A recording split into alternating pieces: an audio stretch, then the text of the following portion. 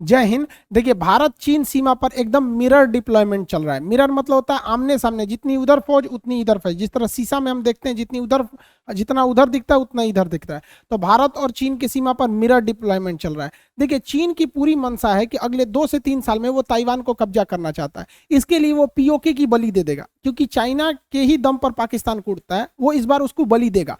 और हम देखते हैं कि जो अभी ड्रोन अटैक हुए हैं उसको काउंटर करने के लिए भारत ने कौन कौन से थिएटर कमांड या एयर डिफेंस कमांड बनाए, ये क्या चीज यहाँ चल रहा है। देखिए, चाइना कई हद तक वो चाहता है, चाइना कि वो अपने पूर्वी साइड में ताइवान पर कब्जा कर ले, लेकिन इधर भारत को वो कंट्रोल करने के लिए, काउंटर करने के लिए लगातार सेना बढ़ा रहा है। लेकिन चाइना के साथ एक समस्या क्या है कि उसकी फौज उतनी हाई एल्टीट्यूड पे एक्यूमिडाइज नहीं कर पा रही है, और भारत की सेना इस हद तक इसमें सक्षम है। तो चाइना इसके लिए कई तरह की रणनीति चल रहा है।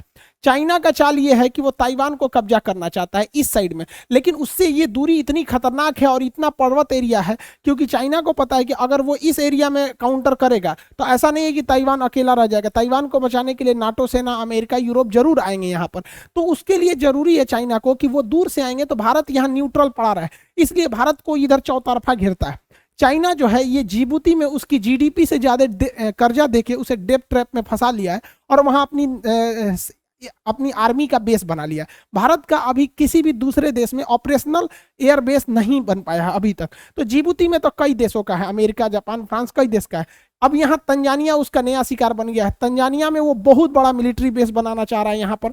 इस तंजानिया को काउंटर करने के लिए हमारे पास यहाँ एजम्पशन आइलैंड था, बट वहाँ की सेशल्स गवर्नमेंट ने एजम्पशन आइलैंड को मना कर दिया। लेकिन एजम्पशन आइलैंड पर मिलना बहुत मुश्किल है, हम लोग को वहाँ पर नेवल बेस नहीं मिल पाएगा। तो एजम्पशन आइलैंड के बगल में यहाँ पर सेशल्स है, मॉरिशस एक देश है। तो मॉरिशस का भारत के साथ बहुत अच्छा संबंध है। मॉरिशस अपना द्वीप हमें दे सकता है नेवी के लिए। रीजन क्या है, देखिए, मॉरिशस ने अपना एक रियूनियन द्वीप ऑलरेडी फ्रांस को दे रखा है। तो यहाँ फ्रांस है और यहाँ पर डिगो गार्सिया है। इस डिगो गार्सिया पर अमेरिका, यूएस है और ब्रिटेन है यहाँ पर। तो अगर यहाँ हमारी नेवी आ जाती है यहाँ पर मॉरिशस द्वीप पर, तो मॉरिशस के पास आ जाती है, तो हमारा फ्रांस से भी समझौता है, अमेरिका से भी समझौता है। तो हम यहाँ पे अकेले इस एरिया को काउंटर कर सकते हैं। लेकिन चाइना तंजानिया में बहुत हैवी इन्वेस्टमेंट कर रहा है, वहां पर उसने पूरी तरह से सीपोर्ट वगैरह डेवलपमेंट करने का इरादा कर रहा है। ये केवल और केवल चाइना की चाल है कि जब इधर चलेगा तो वो अपनी भारत अपनी पूरी नेवी को इधर ना भेज सके, क्योंकि यहाँ पे अगर चाइना रहेगा तो हम लोग इधर नहीं भेज सकते हैं अपनी नेवी को। इस एरिया में चाइना अफ्रीका के साइड में तो डिस्टर्बेंस कर ही दिया, साथ में हम लोग यहाँ से पूरी नेवी को इधर नहीं भेज सकते, क्योंकि यहाँ पाकिस्तान भी है। वो चाइना के इशारे पर ही यहाँ डिस्टर्बेंस चालू करेगा जब चाइना इधर ताइवान पर अटैक करेगा। तो अभी चाइना क्या है, श्रीलंका को पूरी तरह अपनी जाल में फंसा दिया है। श्रीलंका के कोलंबो एयरपोर्ट को बनाने के लिए चाइना ने इतना पैसा दिया कि ये लोग कर्जा नहीं चुका पा रहे हैं, और अब ये श्रीलंका एयरपोर्ट, ये यहाँ का कोलंबो पोर्ट चाइना जो है 99 साल के लिए लीज पे ले लिया है। अब बताइए, ये महिंद्रा राजपक्षे ये इनको फीता कटवा रहे थे, इस ससुरा उसका खतना काट दिया है यहाँ पे। अब क्या करोगे भैया, चाइना पे भरोसा करोगे तो यही होगा।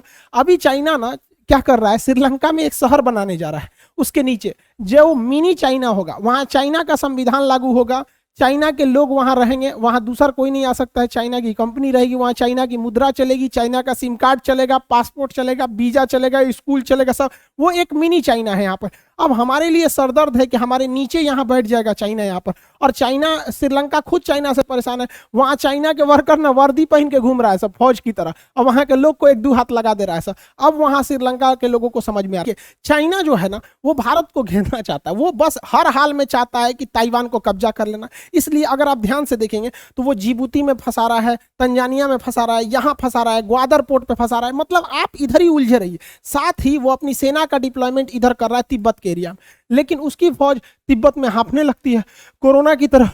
बहुत ऊंचा है रे ससुरा, ठंडा मार देगा हमको। चाइना की फौज यहाँ 15 दिन भी नहीं टिक पाती है, और हमारे यहाँ सियाचिन युद्ध, कारगिल युद्ध पहाड़ों पर जीत लिया गया। तो हम लोग से लड़ना चाइना को नेचुरली थोड़ा सा दिक्कत। देखिए, हमारी आर्मी स्ट्रांग है, हमारे पास मोटिवेशन है, एक से एक योद्धा है, बट नो डाउट चाइना के पास लॉजिस्टिक सप्लाई यानी उसकी ट्रेन नेटवर्क, और उसके पास हथियार एमुनेशन तगड़े हैं, यानी उसकी टेक्नोलॉजी और लॉजिस्टिक हमसे तगड़ा है। तो चाइना यहाँ पर उसकी फौज ही नहीं टिक पा रही है, इसलिए चाइना क्या कर रहा है, तिब्बत के लोगों को यहाँ से ही भर्ती कर रहा है सेना चाइना में। अब तिब्बत को खुद ही कब्जा कर रखा है, तिब्बत के लोगों को भर्ती कर रहा है। तो इसमें भारत के पास एक प्लस पॉइंट क्या है कि वो तिब्बत के लोगों को भड़का सकता है कि भाई जो तिब्बती फौज चाइना में गए हैं, तो मोदी जी आराम से दलाई लामा से कह सकते हैं कि तिब्बत हमारा कब्जा किया जमीन है, कोई भी तिब्बती फौजी न लड़े। और अभी से नहीं, ये पहले से सीक्रेट रहना चाहिए। जब लड़ाई का माहौल हो तो एक बार दलाई लामा अगर कह देंगे ना तो धार्मिक मामला हो जाता है, तुरंत मान लेते हैं लोग एक बात को, किसी भी बात को। धार्मिक चीज में ना वो सही गलत नहीं दिखता है, सीधे हमरा धर्म गुरु बोला सही है यहाँ पर। तो दलाई लामा एक बार बोल देंगे कि जो भी तिब्बती फौजी है चाइना की ओर से न लड़े। तो यहाँ पे देखिए तिब्बत के लोग स्वतंत्रता के लिए बहुत बहुत आंदोलन भी करते हैं, ये लोग बहुत जुल्म करते हैं तिब्बत के ऊपर, ये ससुरा तिब्बतियों के ऊपर, वीगर मुसलमानों के ऊपर, लेकिन इनके खिलाफ कोई बोलता नहीं क्योंकि इनके पास पैसा, टेक्नोलॉजी सब कुछ है। तो यहाँ हमारे लिए दलाई लामा काम आ सकते हैं क्योंकि इनका शरण स्थल भारत में है। आप बताएंगे दलाई लामा हिमाचल प्रदेश में कहाँ इनका शरण स्थल है, कहाँ इनका मतलब आश्रम है। चाइना जब हांगकांग को पूरी तरह से दबा दिया तो ही चाइना का मन बढ़ने लगा। हांगकांग का एप्पल्स डेली अखबार को इतना टॉर्चर किया कि उस अखबार के मालिक को जेल कर दिया गया, वो न्यूज़पेपर बंद हो गया, चाइना के खिलाफ लिखता था। सोचिए चाइना अपने खिलाफ कुछ भी नहीं सुन सकता है। अब उसकी नज़र पूरी तरह से ताइवान पे है। अब ताइवान के लोगों, ताइवान के मिनिस्टर वगैरह भी कह चुके हैं कि बहुत जल्द हो सकता है चाइना हमारे पर अटैक करे। हालांकि यूएस नेवी हमेशा इस एरिया में डिप्लॉय रहती है, तो ये, लेकिन देखिए चाइना अगर इस साइड में इन्वॉल्व होगा तो यूएस भी डायरेक्ट चाइना से नहीं उलझने वाला है। तो इस साइड में हम लोग को क्या फायदा होगा, ध्यान से समझिए। रियलिटी ये है कि अभी के वक्त में, एट टाइम प्रेजेंट में, चाइना हमसे पैसा, लॉजिस्टिक, टेक्नोलॉजी, हथियार, संख्या, हर चीज में ज्यादा है। हमारे पास राफेल जैसे जहाज भी खरीद के आते हैं। ड्रोन दुनिया में सबसे ज्यादा चाइना बनाता है, हमारे पास शादी ब्याह वाले भी ड्रोन नहीं है। तो अभी के वक्त में चाइना से उलझना समझदारी नहीं है। देखिए वक्त आने पर आप हाथी को भी गिरा सकते हैं, लेकिन उसका वेट कीजिए। लेकिन जब चाइना ये सोचेगा कि उसको ताइवान पर कब्जा करना है तो उसकी ज्यादातर फौज इस साइड में इन्वॉल्व रहेगी, क्योंकि इधर नाटो सेना आ जाएगी, अमेरिका आ जाएगी, ये वगैरह आ जाएंगे। यही सबसे बेस्ट मौका रहेगा भारत को कि इस साइड से पीओके कब्जा कर ले, क्योंकि चाइना दो फ्रंट पर नहीं लड़ सकता है, कंफर्म है। चाइना के लिए फर्स्ट प्रायोरिटी रहेगी ताइवान को कब्जा करना। इसी वक्त अगर हम पीओके पर हमला करके ये लेते हैं तो उस वक्त चाइना पाकिस्तान को मरते छोड़ देगा, ये गारंटी। इसलिए उसने उसको डुप्लीकेट हथियार भी दे रखे हैं और सीधे कह देगा हम क्या कर सकते हैं यहाँ पर। और अगर एक बार में पीओके आ गया तो भैया ये सीपीईसी जो सड़क है, ये चाइना से कनेक्टिविटी टूट गया, ससुरे ग्वादर बंदरगाह तुम्हारा काम खत्म। अब तुमको ग्वादर बंदरगाह के लिए घूम के आना पड़ेगा। यहाँ हमारा अंडमान निकोबार है, तुम्हारा खूब अच्छा से परछावन किया जाएगा, थूर थार के मुंह हाथ। यहाँ से भारत इसके लिए तैयारी भी कर रहा है। भारत ने क्या किया है, अपने साइड यहाँ पर कर्नाटक के कारवार में बहुत बड़ा नेवल बेस बना रहा है, एशिया का सबसे बड़ा नेवल बेस, और एक विशाखापट्टनम में इधर में। अब इन दोनों की खासियत समझिए। पहले नेवल बेस कारवार का समझते हैं, फिर विशाखापट्टनम का समझते हैं। देखिए कारवार में ऑपरेशन सी बर्ड, जो प्रोजेक्ट सी बर्ड है, प्रोजेक्ट सी बर्ड के तहत वहां सबसे बड़ा नेवल बेस बनाया जा रहा है। वहां नौसेना की जहाजें आएंगी, लंगर डालेंगी, वहां एमुनेशन, हथियार, फ्यूल, रडार रिपेयरिंग, हर चीज करेंगी। इतना बड़ा नेवल बेस होगा, ये एशिया में सबसे बड़ा डोमिनेट करेगा यहाँ पर। और ये पश्चिम साइड में है तो पाकिस्तान इधर से चूंचा नहीं करेगा। और साथ में इधर विशाखापट्टनम में, इधर तो हो गया कारवार वाला में, इधर विशाखापट्टनम से लगभग 150 किलोमीटर दूर रामबीली में भारत जो है अपनी पनडुब्बियों को छुपा के रखने के लिए पहाड़ के अंदर खोद दिया। पनडुब्बी, अब यहाँ अंदर कौन जा रहा है किसी को नहीं दिखेगा, पनडुब्बी अंदर आएगी, घुस जाएगी। और इसके अंदर 6 पनडुब्बियों को रखने की व्यवस्था है। देखिए एक यहाँ दिख रही है, 2 यहाँ, 3 यहाँ। ये पनडुब्बी छोटी मोटी नहीं होती है, ट्रेन की साइज की होती है सर। ट्रेन समझते हैं ना, जो रेलगाड़ी उतना बड़ा होती हैं सब, और पानी के अंदर चलती हैं सब। अब साइलेंट किलर बोला जाता है। तो रामबीली में हम ऐसे पनडुब्बियों को छुपा सकते हैं। चाइना भी इस पर बहुत पहले से तैयारी कर रहा है। चाइना ऐसे 6 नेवल बेस यहाँ बना लिया है, जिसका सबसे बड़ा नेवल बेस हेनान प्रायद्वीप में या जो है उसका यूलिन नेवल बेस है। देखिए यूलिन नेवल बेस में यहाँ एक पानी वाली जहाज खड़ी है, यहाँ खड़ी है। आप यहाँ अगर ध्यान से देखेंगे तो एक पनडुब्बी जाती हुई दिखाई दे रही होगी यहाँ से। ये पनडुब्बी इसके अंदर घुस जाएगी यहाँ पे, अंदर पता नहीं चल पाता है यूलिन नेवल बेस। हालांकि ससुरा चाइना कितना छुपा है, तो जब हमारा पता चल जाता है तो हमारी सेना को नहीं पता चलेगा, नहीं हो पता रहे तो बता तो दिए रहे। इन सब को देखते हुए हमारे तीनों सेनाओं के जो चीफ हैं, चीफ ऑफ डिफेंस स्टाफ, इनके अंडर में थल सेना, वायुसेना, नौसेना, तीनों को ये एडवाइस दे सकते हैं। ये एक तरह का एडवाइजरी बोर्ड होती है, ये तीनों के लिए डिसीजन ले सकते हैं। यहाँ पर इन्होंने कहा है कि देखिए हमारी थल सेना, वायुसेना, नौसेना, ये 3 सेना से अब काम नहीं चलने वाला है। अब हमें और एडवांस बनना है, और कोई सेना। तो आप कहेंगे ये कौन सेना है, तो ये एक और मेरी टाइम कमांड बनाना चाहते हैं। मेरी टाइम कमांड का काम क्या होगा कि भारत के समुद्र में क्या हो रहा है, क्या नहीं हो रहा है, ये सारी जानकारी जुटाने का काम, केवल जानकारी जुटाने का काम मेरी टाइम कमांड के पास होगा। नेवी से हट के इसे बनाया जाएगा। उसके पास एडवांस किस्म के रडार होंगे, हेलीकॉप्टर में रडार लगाए जाएंगे, एवॉक्स जहाजें लगाई जाएंगी, बहुत बड़े आकार के कोस्टल एरियाज में हमको OTH radar, over the horizon radar लगाया जाएगा, जिससे पूरी एरिया पे निगरानी हो। और युद्ध के वक्त में नेवी आएगी। अब आप कहेंगे ये कौन मैटर है? देख बबुआ, प्रैक्टिकली समझाते हैं। जब आप बीमार पड़ते हैं तो डॉक्टर आपकी बीमारी का पता नहीं करता है, वो जांच के लिए जांच घर में भेज देता है। जब वहां से पता चलता है तब इलाज करता है। जैसे मान के चलिए आप कहेंगे डॉक्टर साहब भैया दुखा रहा है, एक काम करो अल्ट्रासाउंड करा के आओ यहाँ पे, तो दूसरे जगह भेजेगा अल्ट्रासाउंड कराने, वो रिपोर्ट देगा अगर किडनी खराब है, किडनी का खराब, निकाल के फेंक दे इसका। तो डॉक्टर क्या करेगा? किडनी फेंक देगा इसका, निकाल के एक एक किडनी पे चले यहाँ पे। तो वही काम होगा अब। हमारी नौसेना केवल काटने का काम करेगी और पता करने का काम, काटना किसको है, थूरना किसको है, ये करेगी मेरी टाइम कमांड। तो बाहर भैया बिपिन रावत जी बहुत बहुत बहुत बहुत बढ़िया काम किए यहाँ पर। और ऐसा एक, ये तो एक कमांड हो गया। अभी देखिए, ये तो नेवी के लिए है, अब देखिए एयरफोर्स के लिए। इन्होंने कहा कि हमारी जो एयर क्षेत्र है, यहां पर भी जो हमारी एयरफोर्स है, इसका काम ये नहीं है पता करना कि कौन आया, ड्रोन आया, जहाज आया, क्या ना। एयरफोर्स का काम केवल थूरना है, जांच करने का काम हमारी एयर डिफेंस कमांड करेगी। तो अब एक एयर डिफेंस कमांड बनने वाला है, जिसके पास हैवी रडार होंगे, सैटेलाइट सिग्नल होंगे, उसके पास एक से एक एवॉक्स विमान होंगे जो पूरी भारत में निगरानी करते रहेंगे कि कोई घुस तो नहीं रहा है यहाँ पर। इसके अलग अलग कमांड्स बनाए जाएंगे और पूरे भारत को रडार पर ट्रैकिंग किया जाएगा। और जब पता चलेगा हाँ ससुरा इधर आ रहे हैं, तो जांच हो गया। अब डॉक्टर साहब को बताया जाएगा। डॉक्टर कौन है? राफेल, सुखोई, MiG-29, ये डॉक्टर है, उठेंगे सर, ऑपरेशन करके धक देंगे सर, क्या ससुर तो नहीं। तो ये बनने वाला है हम लोग का एयर डिफेंस कमांड। इसी एयर डिफेंस कमांड के पास जिम्मेदारी रहेगी ड्रोन को काउंटर करने के लिए।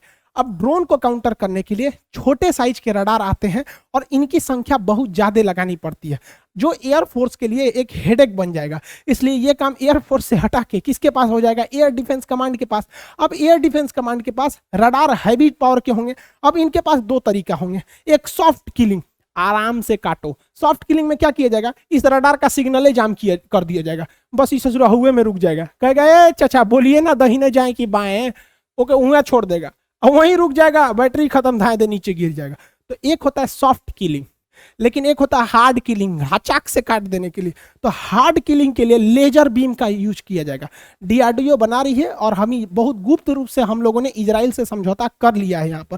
तो ये हार्ड किलिंग, तो एक ही जगह पे दोनों रहेगा। छोट मोट ब्याह शादी वाला रहेगा तो उसको सॉफ्ट किलिंग, बड़ बड़ रहेंगे तो हार्ड किलिंग। लेकिन किलिंग मतलब किलिंग, चाहे वो सॉफ्ट किलिंग हो चाहे वो हार्ड किलिंग हो, समझा। इसके अलावा हमारा जो सबसे डिस्प्यूटेड एरिया रहता है, मतलब जो हाईली टेंशन वाला एरिया रहता है, वो यही रहता है। इसी एरिया में भारत को हमेशा टेंशन मिलते रहता है। चाहे ससुरा कभी डैम चौक में घुस जाता है, कभी यहाँ गलवान में घुस जाता है, कभी अक्साई चीन में घुसता है, कभी पीओके में, कभी इधर कभी उधर, यही वाला एरिया। तो इसलिए यहाँ भारत का पहला थिएटर कमांड बना दिया जाएगा, जहां नौसेना, वायुसेना, थल सेना तीनों एक के पास रहेंगे। सब एक के रूम में डिसीजन ले लिया जाएगा। पता चला वहां पर कौन घुसल है आतंकवादी, तो धाए दे। थिएटर कमांड का एक्शन कैसे होगा? आर्मी चलो, कमांडो चलो, पारा कमांडो चलो, हेलीकॉप्टर, राफेल, सुखोई सब चल जो ससुर, चोखा निकाल देगा सब। अब ससुर को तो चोखा निकालने के लिए बनाया जा रहा है थिएटर कमांड। ये बहुत तगड़ा रहेगा हम लोग का थिएटर कमांड।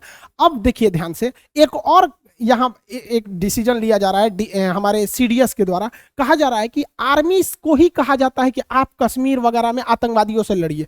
खास करके कश्मीर में आतंकवादियों से लड़ने के लिए आर्मी ही रहती है वहां पे। अब आर्मी को बार बार डिस्टर्बेंस होता है, उसे चाइना के लिए खतरनाक हथियार रखे कि आतंकवादियों के लिए छोटे छोटे हथियार रखे, टेंशन हो जाता है।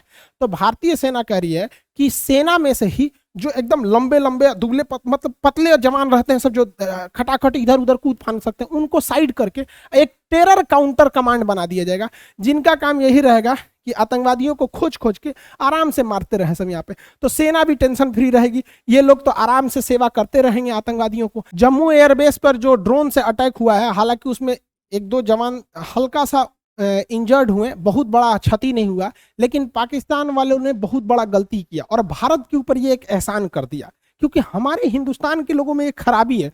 तो जब तक ट्रेन हॉर्न ना देगी, आदमी चढ़ने के लिए तैयार नहीं होगा। जब तक स्टूडेंट का टाइम टेबल नहीं आ जाएगा, वो पढ़ने के लिए रेडी नहीं होगा। ससुरा हम लोग बड़ा उटपटांग काम करते हैं। गर्मी के दिन में आदमी छत पे सोया रहता है, पानी टिप टिप होगा, जब तक ससुरा जोर से ना बरसे आदमी भागता नहीं, आधा बिछौना भीगा जाता है।